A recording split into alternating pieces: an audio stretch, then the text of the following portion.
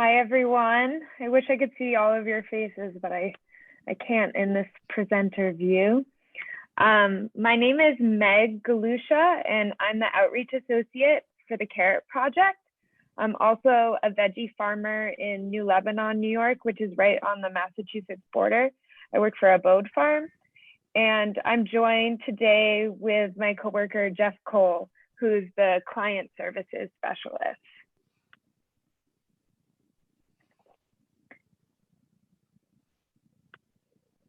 There we go.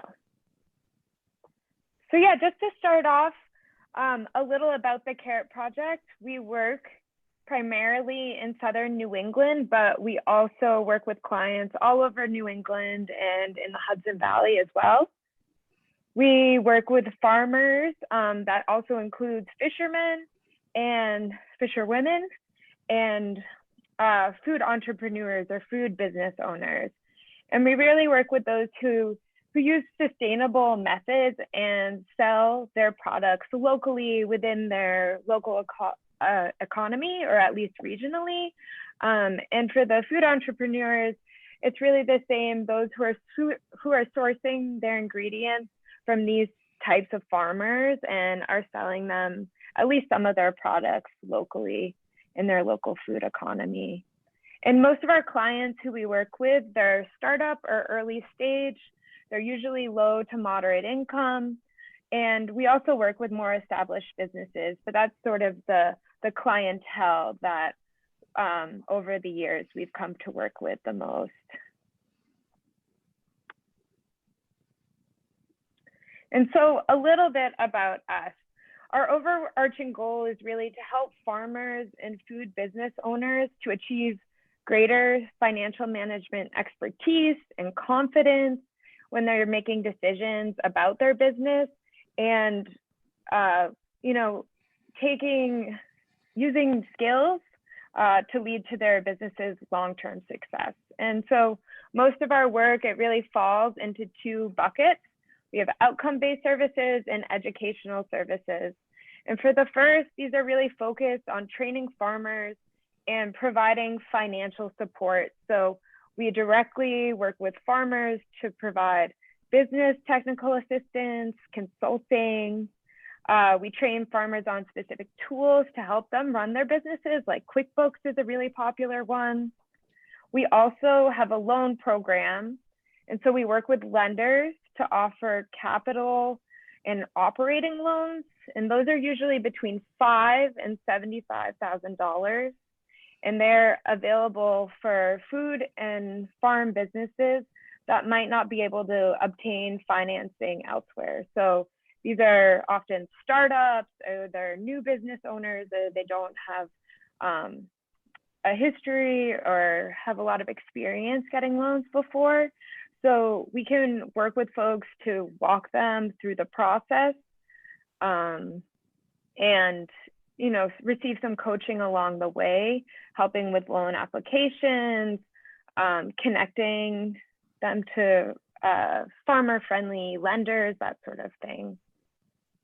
And our second bucket is educational services. So those are, we used to do a lot of in-person workshops. Now it's mostly virtual, but we have all sorts of trainings, hands-on, skill-based management trainings and workshops.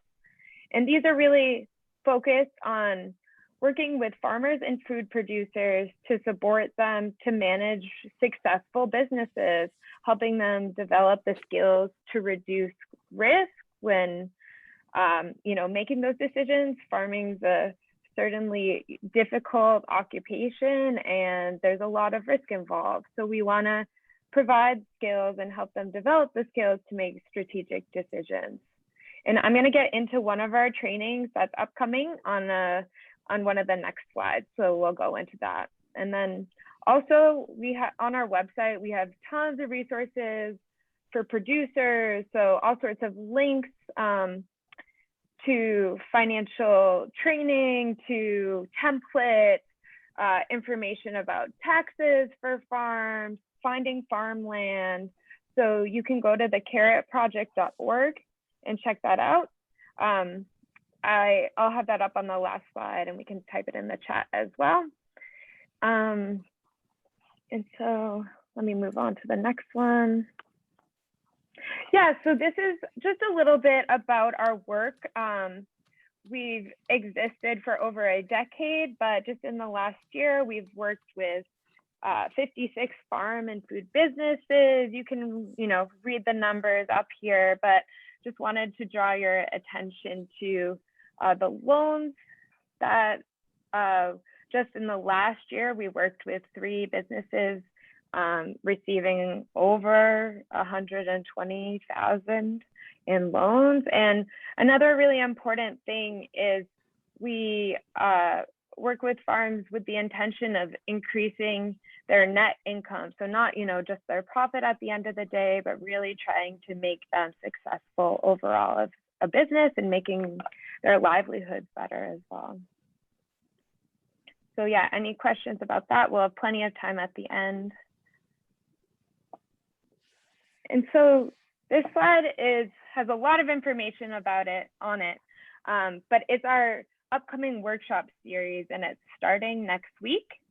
It's called COVID Round 2. I made it through the first pandemic pivot. How do I prepare for next year? It's really designed in response to just questions and talking with farmers over the last several months. And in these different workshops they're focused on helping farm businesses be nimble and adapt to change, especially in times of stress. And obviously the pandemic has been stressful for all of us, but there's all different types of stress that farmers will come up against into the future, obviously climate change and many more. So the workshop topics are really broad reaching and can apply to farmers and their business decisions in a lot of ways. And out of these workshops, you'll learn what information you need, how to get it, and how to use it to plan quickly to evaluate your decisions in the midst of a season, in the midst of a stressful time, in the midst of a crisis. And so you can sign up for all the workshops as the full series. You can also just sign up for one, particularly the first one that's coming up next Wednesday, starting at 3 in the afternoon, Better Bookkeeping. That's designed to be a standalone, so you could just take that one. The following 3 are designed as a group for sort of receiving the maximum impact. And we have all this information up on our website where you can go to register for the workshop. And just a point about accessibility, all of our services are designed to be accessible. So we have a cost sharing program that Jeff can let you know more about, or you could email me, meg@thecarrotproject.org, for more information. These workshops in particular, we have a sliding scale. So if you sign up for one, it's as low as $15, and you can also sign up for the full series, and we ask you to pay based on your wealth and income. So more information about that online on our website.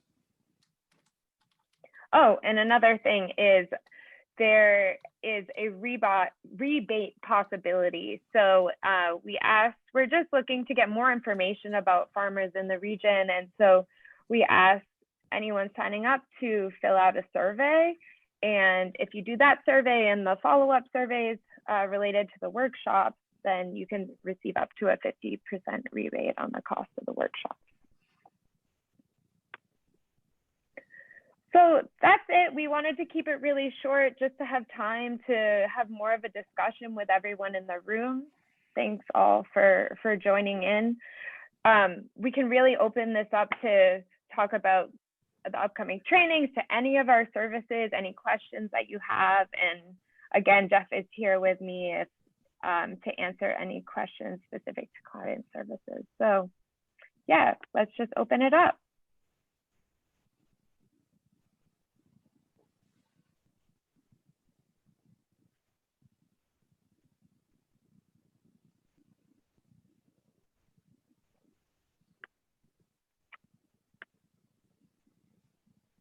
Mike, if I stop sharing, will it be? Yeah, if you stop sharing, easier. everyone will see each other's faces. Or Okay, or- great. And Mike, if you just want to universally unmute people, that might work. I see in the chat, Ellen, do we work with nonprofits? Yes, we do work with nonprofits. Our focus is on profit-making enterprises. So if you were a nonprofit farm, let's say, but wanted to use the farm side of the business to create a social enterprise. So the goal of the farming was to create a net income that then can be used for the nonprofit mission statement. We could pretty easily work with you. If it's simply and purely to be a nonprofit, our business advisors really aren't geared up for that type of service, and we'd probably send you someplace else for that general nonprofit work.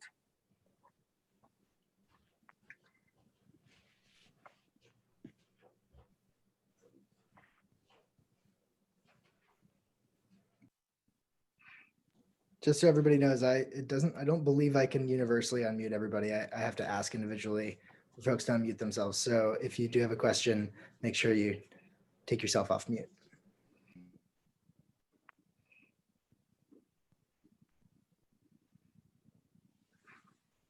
Also, I would just love to know, like, who's in the room? Have you heard about the Carrot Project before? What do you know about us? Why are you interested in coming to this session? Is there anything that you want to know? So yeah, feel free to chime in.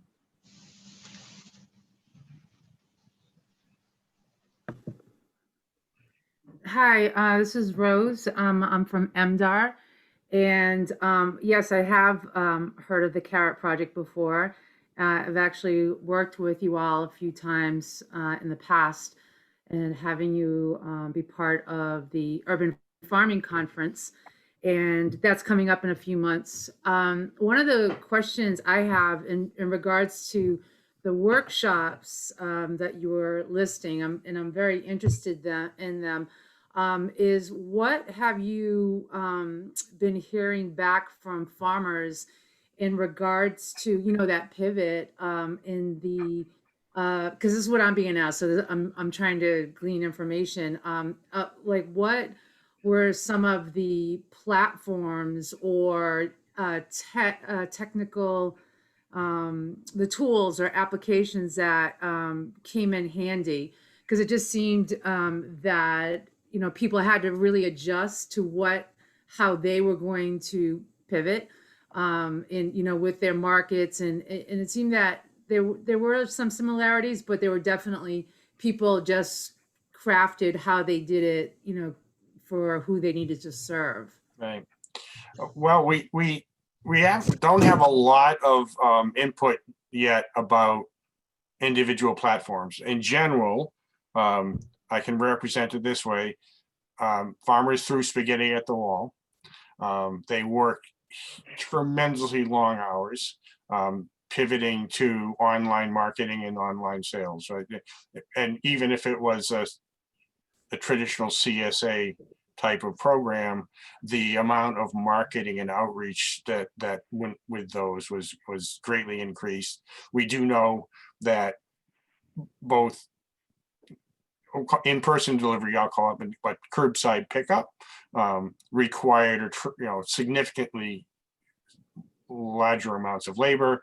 The social distancing protocols, the sanitizing protocols, all those things increase the total costs of sales. So what we're really trying to do is collect information, but in these trainings to work with producers to look at those numbers and actually come to a decision as to whether net profit went up or went down or stayed the same.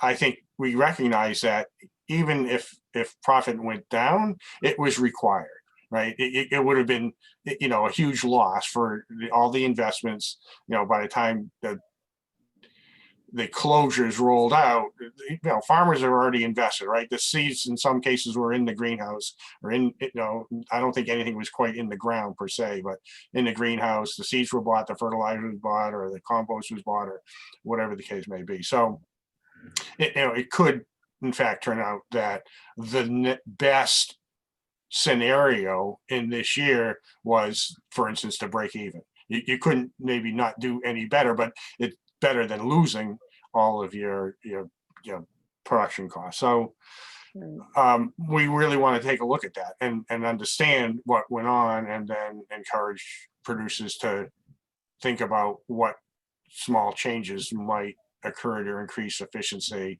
And that specifically, Rose, could be like, did this online sales platform I used perform well enough, and what were the costs per sales? And we know that there's been some research, it's not quite published yet, but we expect it soon, that kind of looks at costs per sale for various platforms, or at least we understand that that's the case. And certainly within our workshop, as farmers talk about it, they can share those numbers with each other, and that might help people decide if they need to switch platforms or not. Mm-hmm. Great, thank you.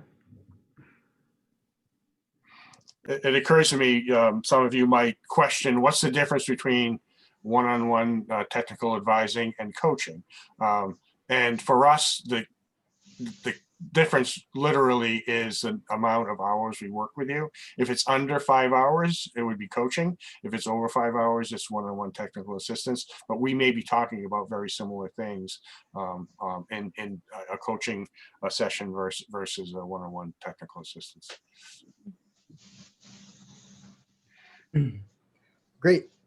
Thank you, Jeff, and thank you, Meg. Thanks, Mike. Thanks for joining us all. Have a great rest of your day.